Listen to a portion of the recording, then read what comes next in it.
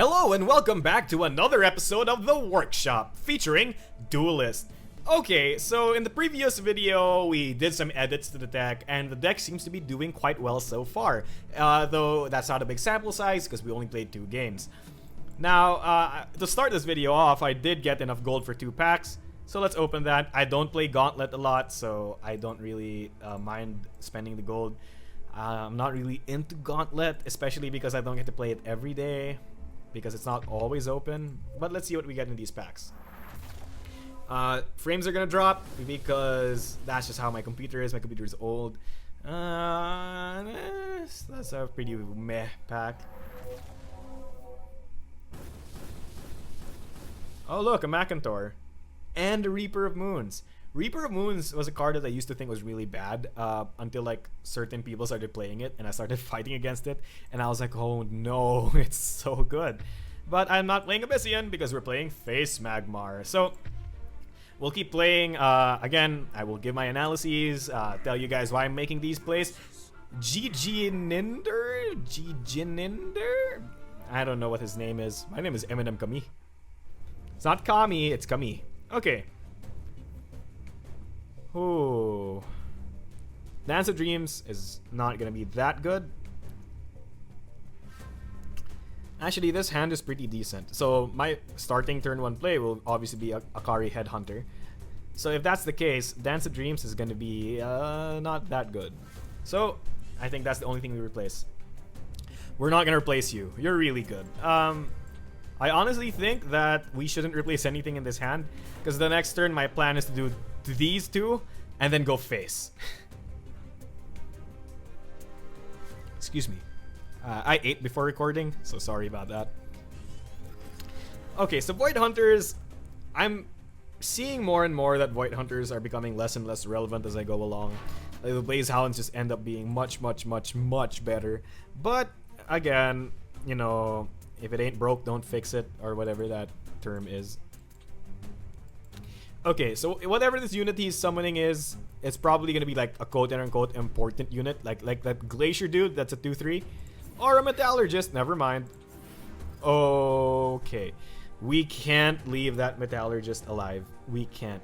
Metallurgist, whatever.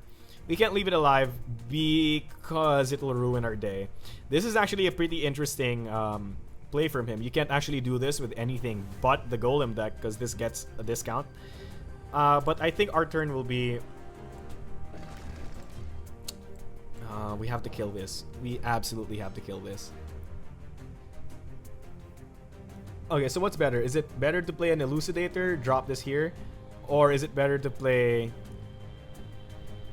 Yeah, I think the Saber Spine Tiger is a better play. Okay, so if we Saber Spine here, move up, and drop this here. I'm not going face much this time. Void Hunters. Okay, fine. We're gonna replace you. Flameblood Warlock. Okay, so I did that play even if I don't get to use this 1 mana that I got because I want to deny him that 1 mana. It's as simple as that. I basically got all 3 mana springs in 1 turn, and that's super duper value. Actually pretty freaking good.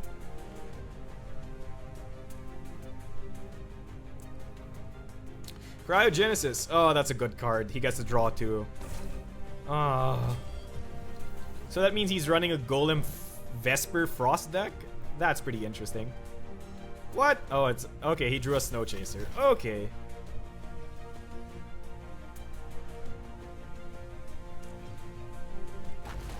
Oh, and he's going face.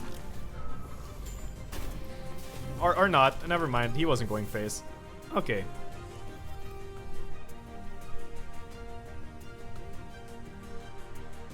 So you're not going to be useful this turn, so we replace you. Hopefully get the 3-drop. Nope, we don't get the 3-drop.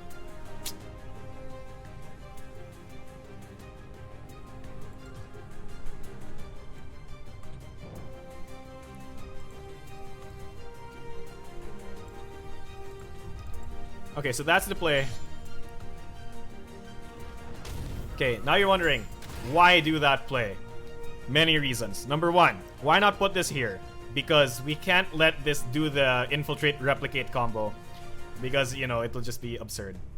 So if he wants to trade this into anything, he has to go here, which doesn't proc infiltrate anymore. Second, why summon this instead of this? Direct damage is way more flexible than a minion.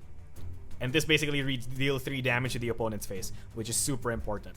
Now, why play a minion and your power instead of just playing the Elucidator? And that's a bit of a harder question to answer, but simply put, it's because I want to get as much uses out of Overload as possible. And this is the way to do that. Kinetic Search. Okay. He's just summoning... Oh, he's just summoning the golems. Okay. Stepping into the fray with that golem is going to be really scary. But we have to go face. Okay, so here's the plan. We play these 2 cards. Oh, no, wait. Do I? Do I? Because playing this Flame Blood will bring me down to 14. Attacking his face will bring me down to 12. That's 9 damage. He only needs 3 damage after that to kill me. So, maybe that's not the right way to go. Maybe the correct way is to play this to draw this guy. Okay, and we're now gonna replace this guy. Hopefully get a 2-drop. No 2-drop.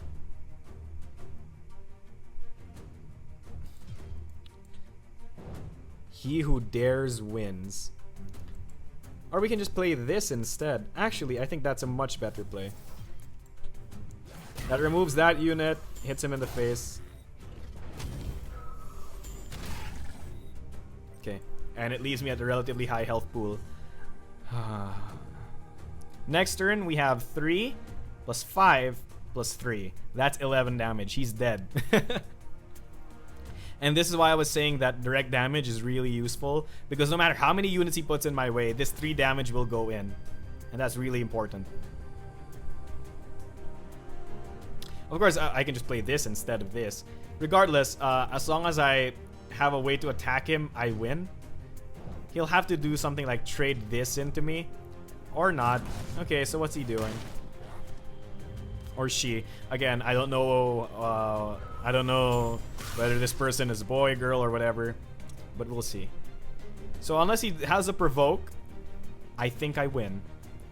I think even if he has a provoke. Because he has to put the provoke here. And I think this would be more than good enough to remove that provoke most of the time. So, again, this Kara Winterblade's ability is pretty good, but it's really slow. So if you're fast enough, they barely get any benefit out of it. See, look. See, there, that's a 5-10, but that's kind of pointless because he's dead. Regardless, we summon this. Attack. Attack. Well played, GG Ninder. Well played. GG Inder. Ininder. GG Ninder. Whatever. Good game. So, in that game, it was pretty obvious what went right, what went wrong. Simply put, my opponent's deck was too slow, my deck was too fast. That was pretty much it. I also did the smart play and didn't just go all in face that one turn, and instead did the Dire Tide Frenzy, which I think really won me the game because he had no more time to play that Snow Chaser because, again, he was being really slow. So, face Magmar. One more game with face Magmar and it's going to be really awesome. Oh, another, whatever, Sunforge?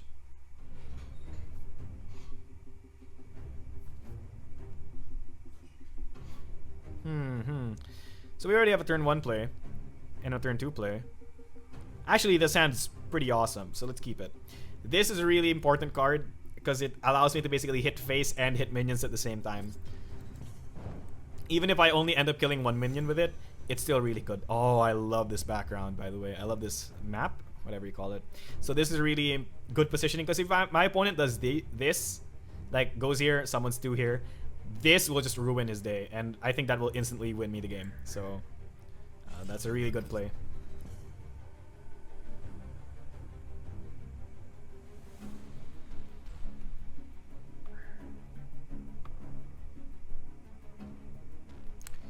Yeah. So I already explained my strategy, so there's gonna be some dead air right now. Or I could just keep making fun of how flamey this sword is. Flamey, flamey, flamey.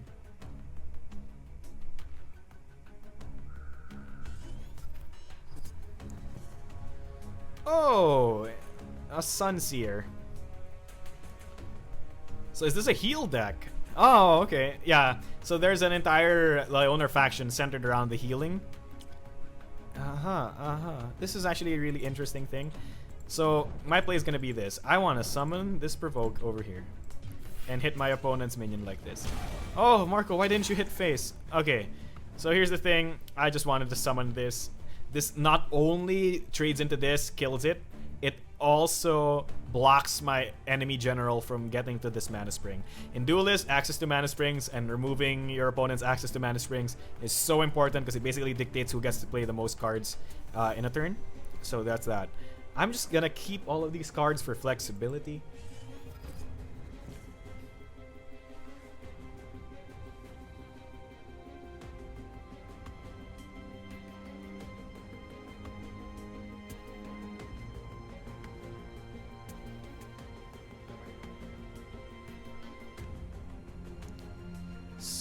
So, what are you gonna do?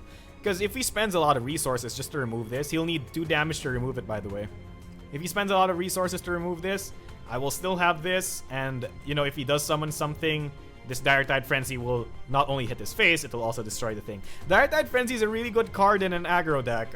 It's not just for controlling the board, because it basically means hit face and destroy enemy minions. And destroying enemy minions, although you don't necessarily want to control the board all the time, since I'm just basically a face deck, right? It's still really good, because it basically makes my opponent slower.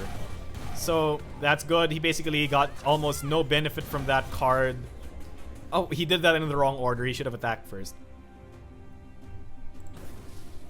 Is that your whole play?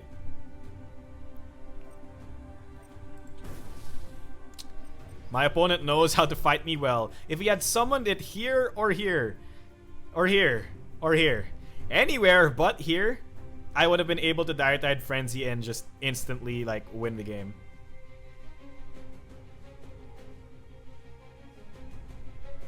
He has 4 cards. Isn't it important for him to draw a card? Actually, I can... Ooh. So I can just go face with all of this. But I don't think that's the right play. What I actually think is the right play is to do this. Overload myself.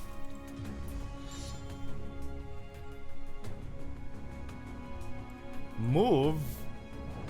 Trade into this, move here, trade into this, move here, move here. So this puts us on even life. Okay, and what am I thinking with this play? It's basically saying, better have Tempest or you instantly lose. I know that getting Tempested right now would be utterly devastating for me, but that's just the way it goes. Void Hunter is not going to be that useful right now. That's what I needed. Direct damage. So let's just hope and pray that he doesn't have Tempests. It seems like he does not. There's the Iron Cleave. This guy really knows how to play against this faction. I have to be completely honest. Ooh, I'm 1 attack short. Oh no, well, yeah, I'm 1 attack short. So we Healing Mystic out.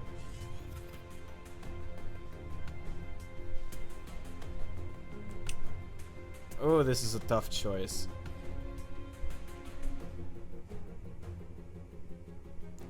Do we play a 2-drop? Okay, yeah, so let's play Blaze Hound. Hopefully draw something. That was kind of useful. Okay, this is basically asking to get Holy Immolated. But that's fine with me. I think I made a big misplay. I should have summoned this Blaze Hound here instead. That's the Holy Immolation, and I immediately lose. Oh, misplay, misplay, misplay. That misplay cost me the game. The entire game.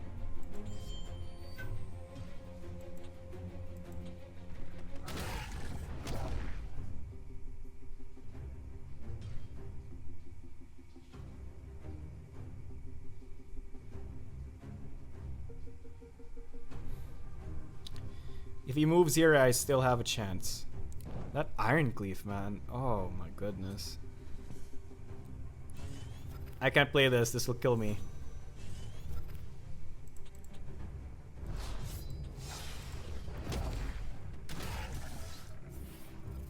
Okay. So again, that positioning makes it so that I go here. Yeah. If I had not played that way and instead partitioned my placed my units correctly, I would have had a bigger chance because I would have had an easier time removing that Iron Cleave. That was completely my fault. I'm so sorry about that. Regardless, perhaps we can salvage this. I do have access to some damage. I can at least pull a draw. If he doesn't have anything to block my path, I can just equip this and get a draw immediately. Getting a draw isn't bad in Duelyst because it doesn't break your win streak and you don't lose any chevrons or whatever. So a draw is a equally good result. That is amazing. That's actually what I kind of wanted to happen. Does he have removal for it?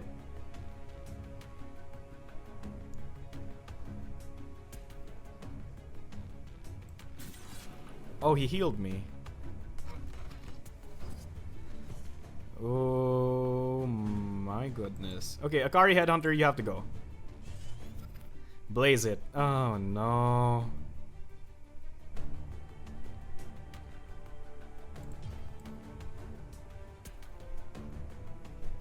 Oh, I'm skirting so close to death. This guy is off by 1 attack. I know he's off by a lot of attack. Never mind. So we go here. So you're gonna find out why I did this positioning in a short while. Blaze it.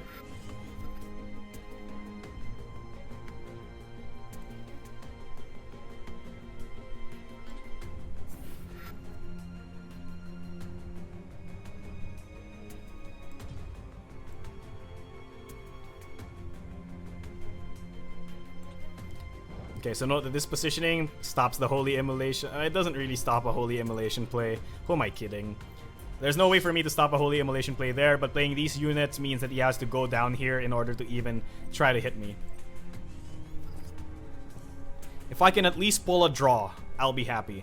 Leonor's not really known for their damage, so the only thing he has is a Tempest. So unless he runs Tempests, or unless he draws Tempests, I technically still have a chance.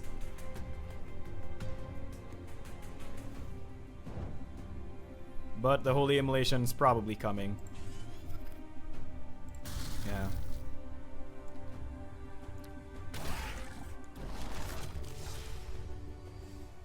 And there you go. Ah, a loss. Yeah, it wasn't that good of a play. I will freely admit to that. Yeah. That was a really sad display. So, where are we? How many chevrons are we at? Does it tell us? Match history. So an hour ago, an hour ago, an hour ago, an hour ago. So I lost. Oh, that feels so bad. Okay, so we see that our match history says we lost twice, we won twice, we lost once, and we lost once. So, oh, we can watch replays now. That's pretty good. So that's our history for today. You can see where I played those other games a while ago. So that our history for today was not that bad. That I guess I'll end the recording session today. So what went wrong in that last game? It was that one turn with the Iron Cleave. I couldn't remove the Iron Cleave. I had no previous units to be able to remove it. And then he just Holy Immolation me. Holy Immolation is still quite a powerful tool for Leonar. And I can't believe I did that play. I can't believe I did that play. That just lost me the game. I would have won. At least I would have had a better chance if I played the Blaze Hound somewhere else. Regardless, well, I guess that's why it's called the workshop, right? We gotta improve on our play. So, that pretty much does it for this video. If you guys like the video, find it very interesting, or want to give me some tips, or tell me, "Yo, Marco, you're wrong, your analysis is bad," go to the comment section down below and do tell me, because, again, I'm not the best Duelyst player, but hopefully I'm not the worst. Without much else to say, thank you for watching. Thank you, and good night.